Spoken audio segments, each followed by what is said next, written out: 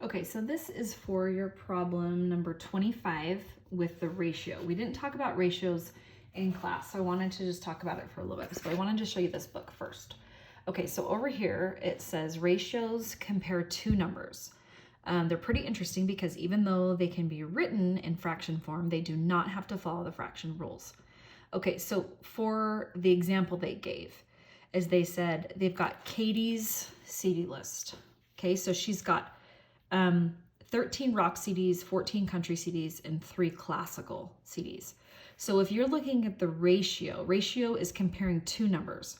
So the ratio of her classical CDs to all of her CDs would be, you would have classical first, which would give you 3. Sorry, can you see that?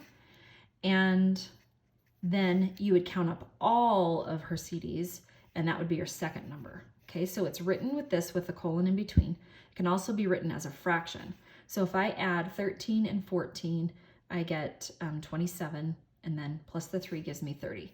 So she has 3 out of 30 are classical. So you could write it like this also. Okay, so if you reduce this, this would be 1/10. So 1/10 of her CDs are going to be classical. If you just wanted the regular ratio, it's a 3:30 ratio. So when they talk about ratios, they'll tell you which number they want first. So in your problem from yesterday, I did it with triangles, but your problem was actually 2 rectangles. But it said, what is the ratio of the smaller to the larger?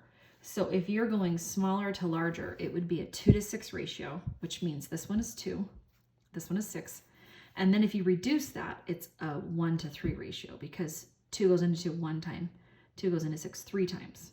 So you can reduce it. So basically it means that if you wanted to put this, this triangle here, it would take 3 of these triangles to equal 1 of these.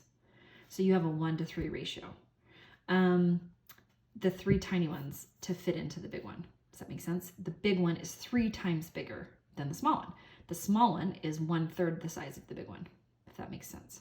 Okay, so that's ratio. So that should be for your number 25 on your mountain math.